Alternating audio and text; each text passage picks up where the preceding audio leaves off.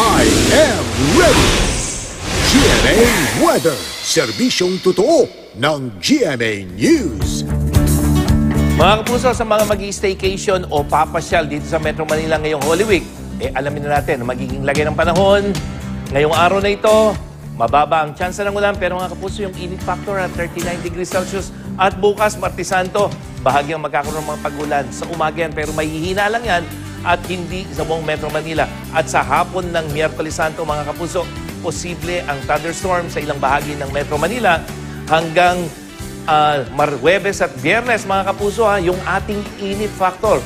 So yung mga lalabas ng bahay at pagpupunta sa magbibisita iglesia, itong paghandaan nyo, mga kapuso, ang matinding alinsangan sa Metro Manila.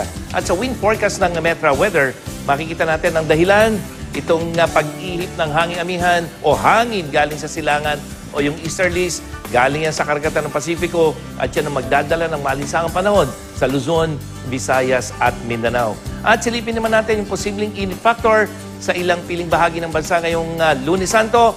Pinakamaalinsangan sa Cotabato, dyan sa may Maguindanao, 41 degrees Celsius. Maalinsangan din sa Dagupan at Cabanatuan sa 40 degrees Celsius. Samantalang 39 degrees Celsius, init factor sa Tuguegarao at Catbalogan at sa Zamboanga, 38 degrees Celsius ang posibleng init factor ngayong araw na ito. At yan ang latest mula sa GMA Weather. Ako po si Nathaniel Cruz, magplano para sigurado. I am ready. Serbisyong totoo ng GMA News.